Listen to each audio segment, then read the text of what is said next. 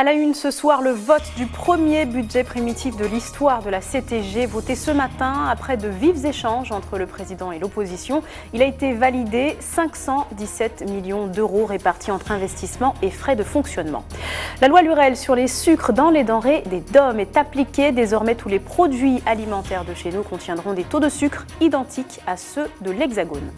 Enfin, la période d'examen approche à grands pas. Les troisièmes et les terminales se préparent pour le brevet et le baccalauréat. Les agences de cours privées, elles, tournent à plein régime. Vous allez le voir dans ce journal.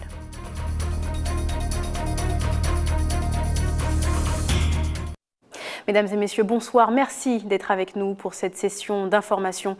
C'est donc à l'issue d'une séance sous tension que le vote du budget de la CTG s'est effectué ce matin. Sans surprise, la majorité a voté la première enveloppe de la collectivité, 517 millions d'euros répartis entre investissements et frais de fonctionnement. L'opposition, elle, s'est abstenue et a rappelé sa préoccupation quant au surendettement. Ayodele Germain.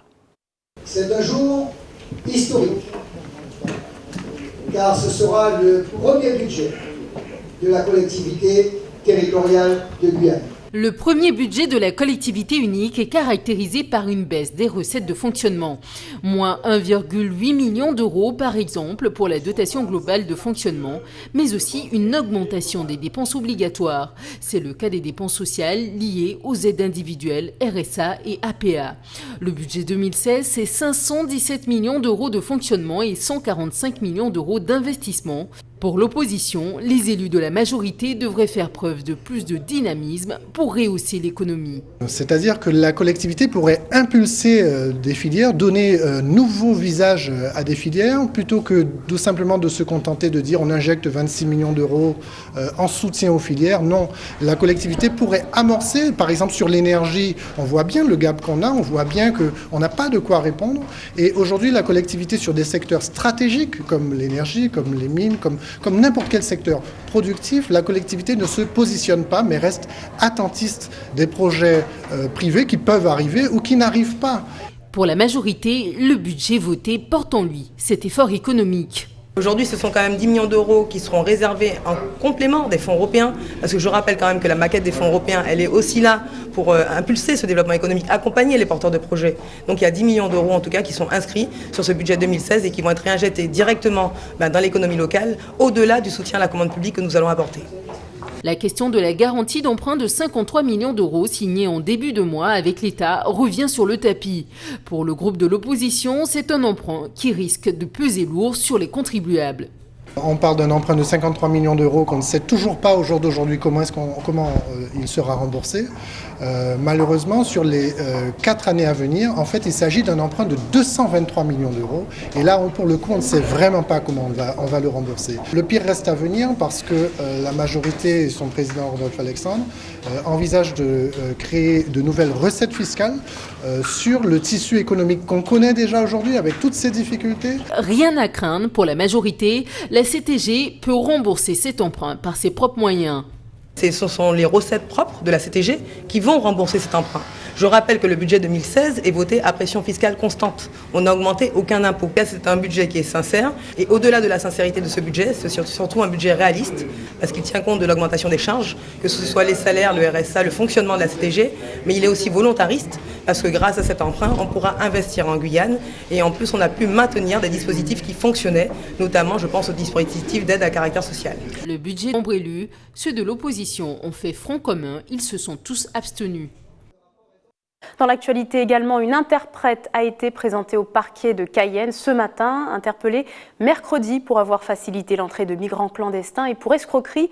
Elle exerce au tribunal de grande instance. Plusieurs réfugiés l'accusent de leur avoir réclamé de l'argent en échange de démarches administratives et récépissés d'asile. Elle risque 5 ans de prison. On écoute les précisions du procureur de la République et le directeur départemental de la police aux frontières. Elle demandait donc à ces migrants irakiens et syriens de leur remettre des sommes d'argent contre la remise d'un récépissé de demande d'asile. Or, il faut savoir que demander l'asile en France, c'est gratuit. On n'a pas besoin donc de payer qui que ce soit pour demander l'asile en France. On se présente au service de la préfecture et on demande l'asile.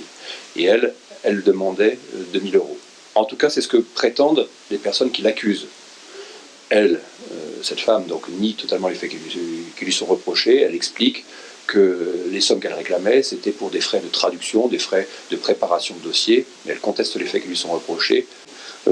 Cette enquête fait suite à effectivement plusieurs mois d'investigation de la part de la police aux frontières qui suspectait donc l'existence d'une filière d'immigration irrégulière au bénéfice de ressortissants irakiens et syriens qui transitaient donc depuis l'Irak et la Syrie, en passant par la Turquie, le Brésil, avant d'être ici en Guyane.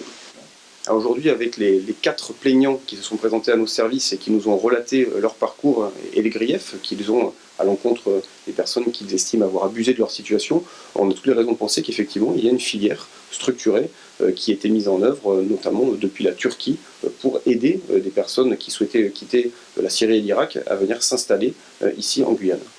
Et je rejoins à présent notre invitée de ce soir, Marie-Laure Finira-Hort. Bonsoir. Bonsoir. Merci d'avoir accepté notre invitation. On va aborder avec vous un certain nombre de points sous plusieurs de vos casquettes. Mais tout d'abord, vous venez de lancer votre mouvement politique nommé Nouvelle Force de Guyane. C'est un mouvement de plus. Gabriel Serville a lui aussi, dans la foulée, lancé son propre mouvement. Alors, en quoi ça consiste exactement ? Alors, moi, il s'agit d'un mouvement qui va se transformer en parti politique.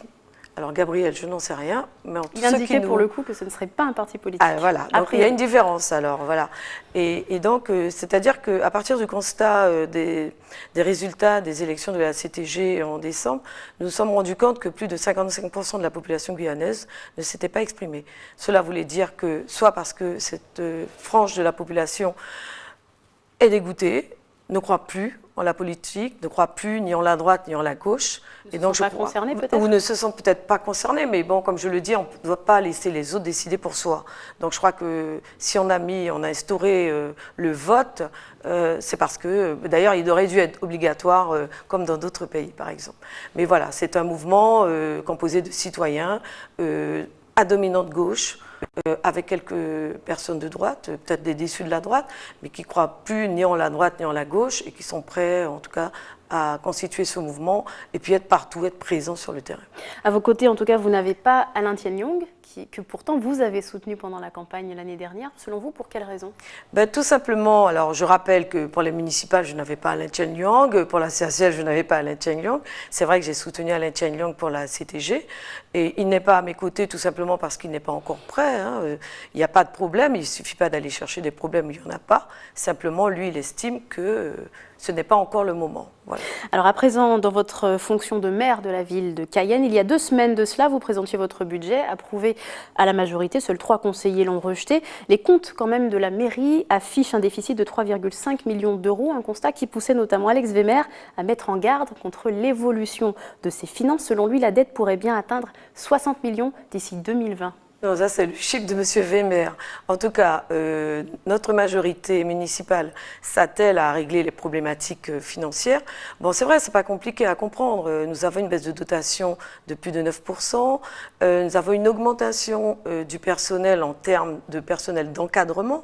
Donc il faut aussi... c'est quelque chose qui était pointé du doigt en tout cas. Oui, mais c'est normal. C'est vrai que la masse salariale est très importante. C'est vrai aussi qu'on me demande de ne pas renouveler 300 contrats. Mais est-ce que vous pensez que avec la crise sociale, je sois en mesure de le faire? Mais parallèlement, il y a quand même des pistes qui se dégagent. On ne remplacera pas les agents qui partiront à la retraite.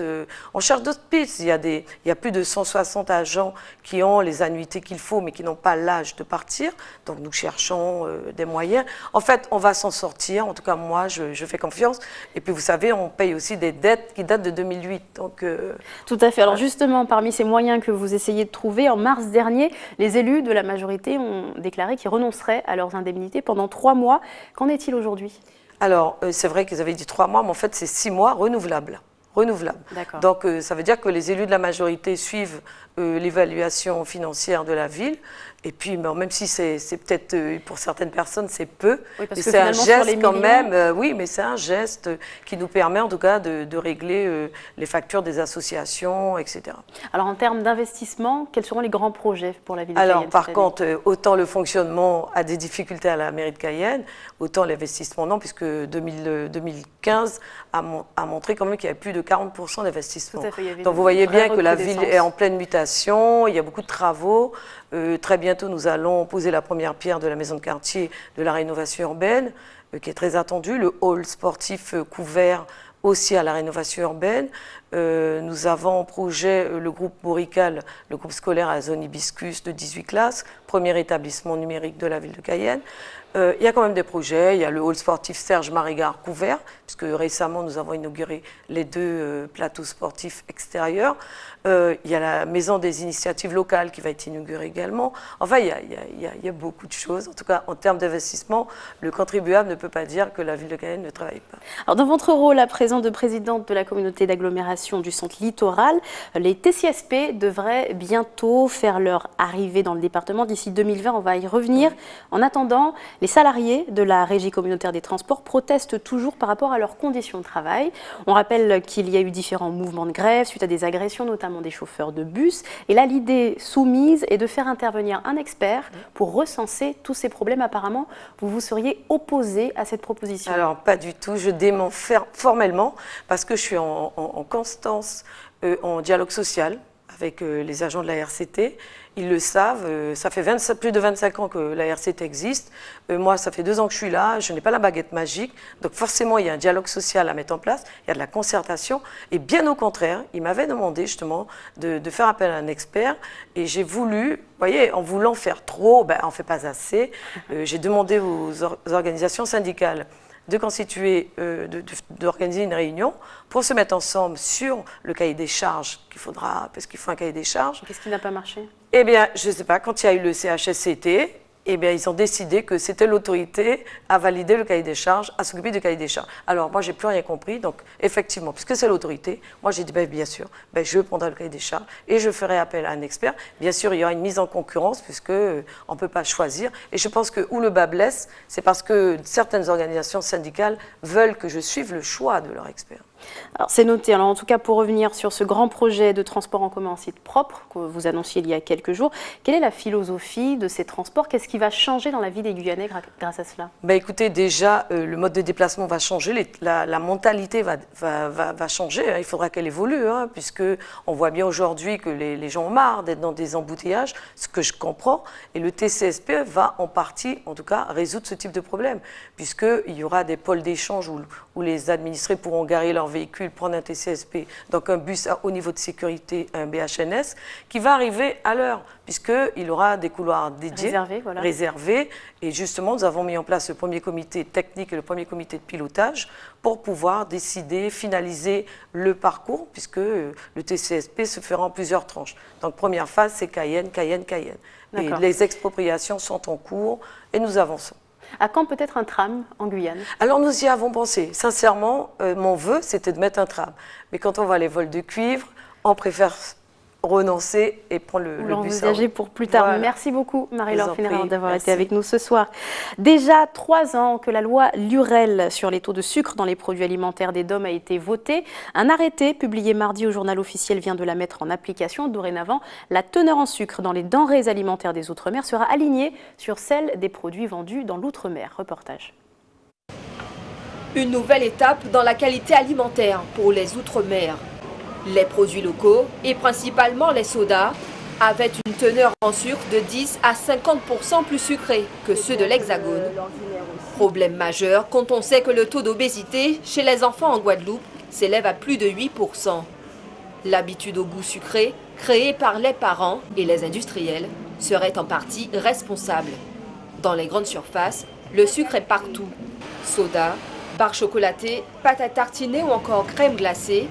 Sa surconsommation peut entraîner des pathologies très graves. L'excès de sucre est nuisible, surtout si la personne a déjà une hypertriglycéridémie, c'est-à-dire que s'il y a 2 types de graisse dans le corps, le cholestérol et les triglycérides.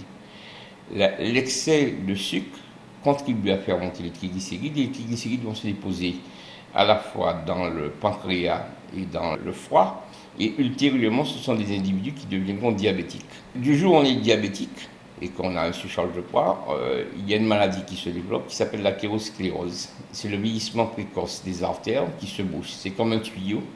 Quand vous entrez chez vous, le tuyau dans une maison, la tuyauterie est bien propre, tout s'écoule facilement. Avec le temps, si vous l'avez dans votre évier du coup, bouillon de poisson, des choses qui ont de la graisse, ça va se boucher. Mais l'athérosclérose, c'est exactement le même processus qui s'opère dans les artères de notre corps. Alors, les artères qui se bouchent, ça peut être le cœur, vous aurez un infarctus du myocarde. Les artères au niveau des reins, vous avez une hypertension. Alors, comment adopter une hygiène alimentaire? Selon cette diététicienne, tout est consommable, mais avec modération. En fait, il faut structurer le repas. Une entrée, un plat principal, un dessert. Le plat principal, on structure une entrée. On fait une salade de concombre. En plat, on n'est pas au régime, ou même les diabétiques, on peut mettre d'haricots verts, un peu de racines, igname, madère, fruits à pain, et du poisson, au bleu ou rôti, avec une petite sauce chien, il n'y a pas de souci, il n'y a pas d'huile cuite, il n'y a pas de problème. Et un fruit en dessert. Ça fait un repas équilibré pour le midi. Après plusieurs mois d'hésitation, le gouvernement a fini par prendre les décrets d'application d'une loi qui ne pourrait que contribuer à résoudre nos problèmes de santé publique. Restez avec nous, dans quelques instants nous verrons comment les élèves de 3e et de terminale se préparent en ce moment pour la période d'examen qui approche à grands pas. Et puis cela ne révisait pas, mais l'effort était tout aussi intense. 60 élèves de différents établissements ont participé aujourd'hui au championnat de bridge scolaire. Reportage à suivre dans un instant. Mais d'abord, les victimes guyanaises du Mediator sur le banc des parties civiles. Le procureur de la République de Paris l'a confirmé. Les 7 personnes concernées seront bien représentées par l'association de défense des utilisateurs de médicaments dangereux lors du procès à venir. On écoute à ce propos le président de l'association. Nous avons réussi au tribunal civil à être autorisés à réclamer par l'intermédiaire des avocats 30 000 €. Et puis maintenant, le dernier appel qui a été effectué est pour déterminer ce que nous allons défendre auprès du tribunal correctionnel de Paris avec l'accord du parquet. Car beaucoup de personnes m'appellent aujourd'hui pour me dire j'ai pris du Mediator et qu'ils n'ont aucun problème de santé. Donc ces gens-là, je ne peux rien faire pour eux. Et nous n'avons rien à faire puisqu'ils sont en bonne santé. Bon, et vous-même, vous avez été victime du Mediator? Que les gens ne me téléphonent pas pour dire j'ai pris du Mediator sans avoir un problème quelconque. Brevet ou baccalauréat, les examens arrivent à grands pas et les agences de cours privés affichent complet. Et oui, car en cette période décisive pour l'avenir des élèves, chacun veut mettre toutes les chances de son côté et beaucoup se tournent vers des structures de soutien scolaire pour être fin prêt le moment venu. Mia Pierre. Calme et concentration, l'heure est aux révisions. À quelques jours des examens, Eloana et Marion veulent mettre toutes les chances de leur côté. Et pour elles, ça passe par un encadrement de leur travail. Je viens ici pour pouvoir m'améliorer. Est-ce que tu fais ici? Est-ce que tu pourrais le faire chez toi? Oui, bien sûr, j'arrive chez moi, mais ici, on a une aide en plus. Les professeurs sont à l'écoute, ils nous aident. Je fais du français, je fais des maths, je fais de l'anglais. En fait, ça fait surtout la révision de tout et pour préparer le brevet. L'avantage, c'est qu'ils nous aident par rapport à ce qu'on n'a pas compris. C'est-à-dire que si jamais on est dans un chapitre en classe et qu'on n'a pas compris le chapitre précédent, on peut revenir dessus ici, travailler, faire des exercices et ça nous aide beaucoup. Si l'une passe le bac et l'autre le brevet, ces apprenants viennent avec des objectifs bien définis. Dans cette agence de cours privés, tout est mis en place pour les aider à atteindre leurs objectifs. À partir du moment où vous avez des personnes qui ont un niveau différent, il faut permettre à chacun d'évoluer, de se préparer dans les meilleures conditions. Donc une vraie prise en compte du profil de chaque apprenant. Et ensuite, par rapport au temps qui reste, optimiser au maximum le nombre de points à prendre dans les épreuves. Donc gagner en efficacité, en confiance, les accompagner dans un entraînement intensif, voilà, en leur rappelant aussi qu'il y a une hygiène de vie qui va avec la préparation au bac. Mathématiques, français, les langues, les sciences, toutes les matières passent en revue. Ici, on est loin des bancs de l'école. C'est la dernière ligne droite pour tout réviser, après il sera trop tard. Reste à leur souhaiter de réussir leurs examens. Cela ne vous a pas échappé, dimanche 29 mai, c'est la fête des mères, bien sûr, l'occasion de prouver notre affection en offrant un cadeau, quelle qu'en soit sa valeur. C'est avant tout, bien sûr, le geste qui compte, qu'il soit réalisé de vos mains, acheté en magasin ou chez le fleuriste. Pour ce jour de fête, certains cadeaux sont devenus des classiques. Reportage. Comme le veut la tradition, les enfants confectionnent eux-mêmes leurs cadeaux pour la fête des mères. Travaux manuels ou poèmes, les élèves de cette école élémentaire attendent particulièrement ce moment. Emmanuelle a composé toute seule ces quelques vers pour sa maman. Tu es la plus belle, tu es une étoile, tu es une fleur dans mon cœur. Quand la maîtresse nous a dit qu'il faut préparer quelque chose pour la fête des mères, j'ai réfléchi, j'ai cherché des mots. Au début, j'avais fait qu'une seule phrase. La maîtresse nous a dit qu'il faut faire plusieurs phrases. Donc j'ai commencé à chercher et puis j'ai tout trouvé. Dans cette salle, des cadeaux faits main attendent sagement le jour J.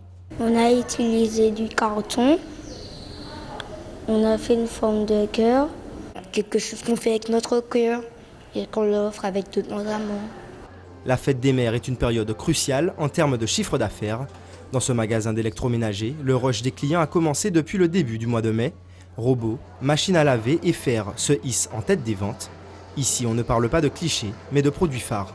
Les grosses familles, c'est le petit électroménager, donc le robot reste le produit star. Nous avons aussi toute la partie lavage, réfrigérateur. Alors, ce qui est particulier cette année, c'est qu'il y a plusieurs événements qui se succèdent, et notamment donc, Fête des Pères et Coupe d'Europe. Donc on a aussi des ventes sur des télés. Ça, c'est un peu la nouveauté cette année. Des cadeaux qui n'enchantent pas toujours les principales intéressés. Les fer à repasser, c'est pour faire du repassage. Alors j'aurais aimé autre chose que ces trucs. Moi, je trouve que c'est bien. Je suis contente si on m'offre une table à repasser, quelque chose. C'est le jour de la fête des mères, c'est un cadeau. On est satisfait. C'est pas un cadeau pour une mère, parce que c'est lui donner du travail. Autre classique, les fleurs. Petite originalité dans cet atelier. Ces designers floraux ont eu l'idée d'innover dans la confection des compositions. Un diadème se loge au milieu des fleurs. D'où l'importance de positionner la couronne et à partir de la couronne, on articule le bouquet. 60 couronnes commandées, pour le moment 20% sont vendues. La tendance est nouvelle. On garde toujours la composition, mais à la fin, une fois que les fleurs sont fanées, on garde cette symbolique qui est ce diadème en fait, et que d'où les enfants en fait pourront honorer et couronner leur maman pour leur dire, mais voilà, tu es la plus belle des reines en fait, tu es ma maman et tu es ma reine. Il vous reste 3 jours pour trouver le cadeau idéal et la meilleure manière de dire bonne fête à votre maman. Du jeu pour finir ce journal à présent avec le troisième championnat de bridge scolaire. Il s'est tenu cet après-midi et a rassemblé 60 participants de 3 collèges et 2 lycées de l'île de Cayenne. Un moment de pure concentration suivi par Mia Pierre. Regardez. Dans la salle polyvalente du collège Justin Cataillé de Cayenne, pas le moindre bruit, c'est le calme plat. Pourtant, 60 lycéens et collégiens se disputent le 3e championnat de Guyane de bridge scolaire. C'est une sorte de fête pour eux, un championnat qui va désigner justement la meilleure paire, puisqu'ils marchent en paire en général, pour pouvoir justement représenter la Guyane, pour permettre justement de pouvoir montrer que c'est une histoire d'inter-établissement. La preuve, c'est que vous allez voir des lycéens qui sont assis à côté des collégiens, d'accord ? Mais c'est fait de telle sorte à ce que, si vous voulez, le niveau soit fait pour permettre à tout le monde d'être équilibré. Le championnat est organisé sur la base de sujets travaillés pendant l'année scolaire au sein des établissements. La plupart des joueurs sont des novices et des volontaires. Ce sont des élèves qui travaillent le bridge depuis le début de l'année. Ce sont des élèves volontaires au départ. Et ceux-ci sont vraiment les élèves volontaires pour le championnat. Donc ils se sont engagés à faire des heures supplémentaires pour s'y préparer. Au départ, ils appréhendaient. Ils pensaient qu'ils n'étaient pas prêts, qu'ils ne connaissaient pas leur fiche par cœur. Mais là, ils se sont mis en confiance. Je sens pas mal. Si certains sont en confiance, d'autres laissent place au stress. C'est stressant et ça se passe très bien. Ça se passe plutôt bien. On a bien commencé le tournoi. C'est un peu stressant, mais ça va. On s'en sort. L'association Bridge éducatif et ludique 973 est à l'initiative de ce championnat. C'est la 3e édition et c'est un franc succès avec des élèves à la recherche de la concentration, la mémorisation, l'envie de partager et d'échanger avec les autres. Ainsi s'achève votre journal. Avant de se quitter, le rappel des titres. Le vote du premier budget primitif de l'histoire de la CTG ce matin, après de vifs échanges entre le président et l'opposition. Il a été validé, 517 millions répartis entre investissements et frais de fonctionnement. La loi Lurel sur les sucres dans les denrées des DOM est appliquée. Désormais, tous les produits alimentaires de chez nous contiendront un taux de sucre identique à ceux de l'Hexagone. Enfin, la période d'examen approche à grands pas. Les 3e et les terminales se préparent pour le brevet et le baccalauréat. Les agences de cours privées, elles, font leur beurre en cette période.